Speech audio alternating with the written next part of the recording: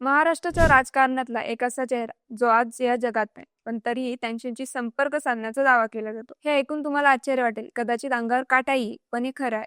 महाराष्ट्रातल्या काही लोकांचं असं म्हणणं आहे की विलासराव देशमुख यांचा आजही फोन येतो, आजही त्यांचा आवाज ऐकू येतो. मग हे कसं शक्य आहे आणि हा कॉल येतो म्हणजे नक्की काय होतं? आज हे सगळ्या प्रश्नाची उत्तरं आपल्याला थक्क करून सोडणारी आहेत. म्हणूनच व्हिडिओ शेवटपर्यंत नक्की बघा.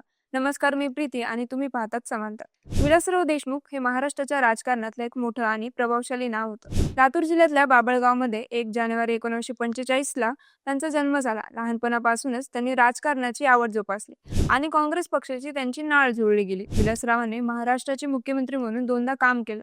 लातूर भूकंपानंतर त्यांनी ज्या प्रकारे जनतेसाठी काम केलं, त्यामुळे त्यांना जनतेच्या मनात एक वेगळं स्थान मिळालं. ते फक्त एक राजकारणी नव्हते, ते माणसाशी जोडलेले होते, त्यांच्या दुःखात सहभागी होणारे होते.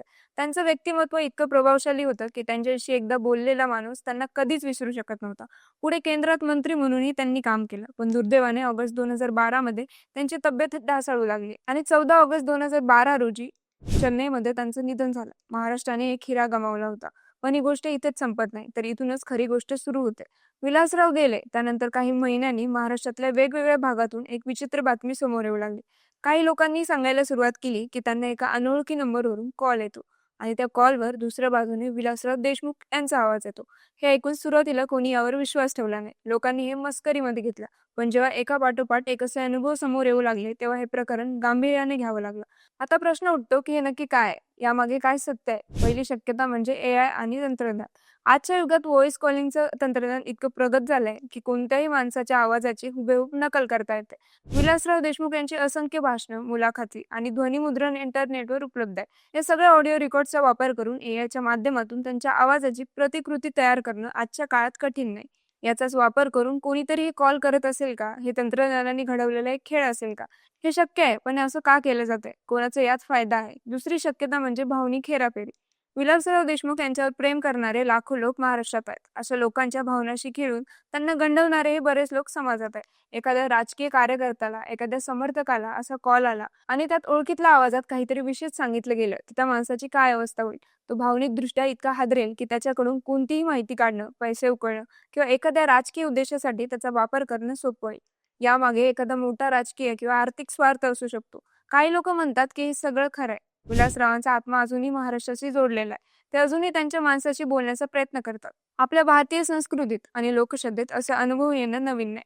मोठ्या माणसाचं अस्तित्व त्यांच्या जाण्यानंतरही जाणवत राहतं, असं अनेक जण मानतात. या गोष्टी विज्ञान नाकारत नाही, पण ज्यांनी हे अनुभवलं त्यांच्यासाठी हे सत्य आहे.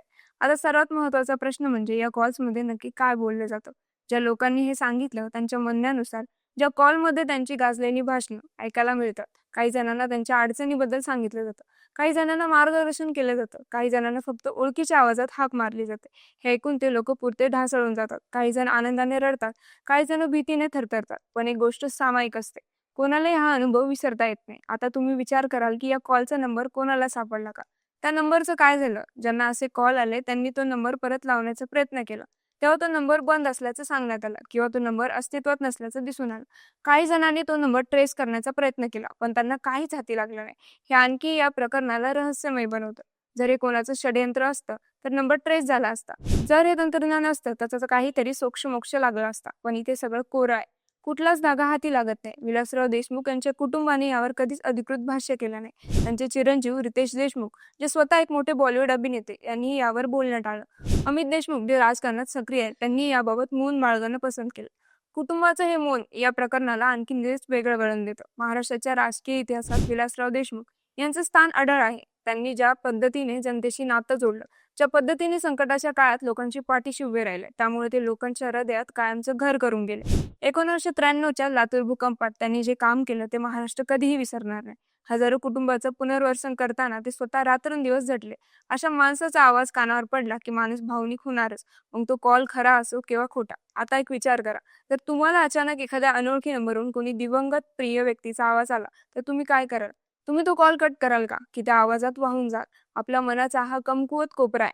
जिथे आपण सगळेच असुरक्षित असतो. प्रिय माणसं गेल्यानंतर त्यांना पुन्हा एकदा भेटण्याची, त्यांचा आवाज ऐकण्याची इच्छा आपल्या सगळ्यांच्या मनात असते. विलासराव देशमुख यांचं अस्तित्व महाराष्ट्राच्या मातीत मिसळलेलं आहे. त्यांची स्मृती, त्यांचं कार्य, त्यांचा वारसा हे कधीच संपणार नाही. पण या कॉलचं रहस्य मात्र अजूनही समोर आलं नाही. हे तंत्रज्ञान आहे, फसवणूक आहे, की खरोखरच काहीतरी अनाकलनीय घडतंय हे सांगणं मात्र कठीण आहे. मात्र ज्यांनी हे अनुभवलं त्यांच्यासाठी हा अनुभव आयुष्यभर न विसरता नाही येणार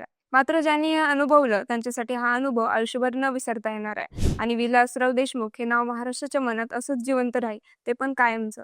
तर हा व्हिडिओ तुम्हाला कसा वाटला आम्हाला कमेंट्सच्या माध्यमातून नक्की कळवा आणि समांतरला सबस्क्राईब करायला विसरू नका.